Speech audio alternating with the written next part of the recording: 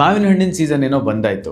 ಆದರೆ ಡಯಾಬಿಟಿಸ್ ಇರೋರು ಮಾವಿನ ಹಣ್ಣು ತಿನ್ಬೋದಾ ಅಥವಾ ದೂರದಿಂದ ನೋಡಿ ಬರೀ ಬಾಯಿ ಚಪ್ಪರಿಸ್ಬೇಕಾ? ಡಯಾಬಿಟಿಸ್ ಇರುವಂತಹ ಬಹಳಷ್ಟು ಜನ ಮಾವಿನ ಹಣ್ಣು ತಿಂದ್ರೆ ಶುಗರ್ ಲೆವೆಲ್ ಶೂಟಪ್ ಆಗುತ್ತೆ ಅಂತ ಭಯಪಟ್ಟು ಅದನ್ನ ಕಂಪ್ಲೀಟ್ ಆಗಿ ಬಿಟ್ಬಿಡ್ತಾರೆ. ಇನ್ನು ಕೆಲವರು ವರ್ಷಕ್ಕೊಮ್ಮೆ ಬರೋ ಹಣ್ಣು ಅಂತ ಊಟದ ಜೊತೆ 2-3 ಹಣ್ಣನ್ನ ದಿನ ತಿಂತಾರೆ. ಅಷ್ಟಲ್ಲದೆ ಕೆಲವರಂತೂ ಮ್ಯಾಂಗೋ ಜ್ಯೂಸ್ ಆಮ್ರಸ್ ಮಾಡಿಕೊಂಡು ದಿನ ಇಡೀ ಕುಡಿತಾರೆ. ಆದರೆ ಇದರಿಂದ ನಿಮ್ಮ ಶುಗರ್ ಕಂಟ್ರೋಲ್ ತಪ್ಪಿ ದೇಹಕ್ಕೆ ದೊಡ್ಡ ಪ್ರಾಬ್ಲಮ್ ಆಗುವ ಚಾನ್ಸಸ್ ಇರುತ್ತೆ. ಹಾಗಾದ್ರೆ ಶುಗರ್ ಇರೋರು ಮಾವಿನ ಹಣ್ಣನ್ನ ತಿನ್ಲೇಬಾರ್ದಾ? ಖಂಡಿತ ತಿನ್ಬಹುದು, ಆದರೆ ಈ 3 ರೂಲ್ ಅನ್ನ ಕಡ್ಡಾಯವಾಗಿ ಫಾಲೋ ಮಾಡಿ. ಮೊದಲನೆಯದು ಪೋರ್ಷನ್ ಕಂಟ್ರೋಲ್. ದಿನಕ್ಕೆ ಕೇವಲ 2-3 ಪೀಸ್ ಮಾತ್ರ ತಿನ್ನಿ, ಇಡೀ ಹಣ್ಣನ್ನಲ್ಲ. ಎರಡನೆಯದು ಜ್ಯೂಸ್ ಬೇಡ, ಹಣ್ಣನ್ನ ಕತ್ತರಿಸಿ ಹಾಗೆ ತಿನ್ನಿ.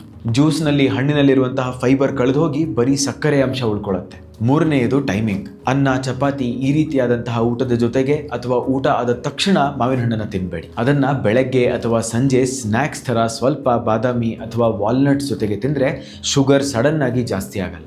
ವರ್ಷಕ್ಕೊಮ್ಮೆ ಬರುವಂತಹ ಮಾವಿನ ಹಣ್ಣನ್ನ ಭಯವಿಲ್ಲದೆ ಎಂಜಾಯ್ ಮಾಡಿ, ಆದರೆ ಲಿಮಿಟ್ ಅಲ್ಲಿ ಇರಲಿ. ಇದೇ ತರ ಸಿಂಪಲ್ ಮತ್ತು ಕರೆಕ್ಟ್ ಮೆಡಿಕಲ್ ಇನ್ಫಾರ್ಮೇಶನ್ಗಾಗಿ ನಿಮ್ಮ ಡಾಕ್ಟರ್ ಶ್ರೀಹರಿಯನ್ನ ಫಾಲೋ ಮಾಡಿ.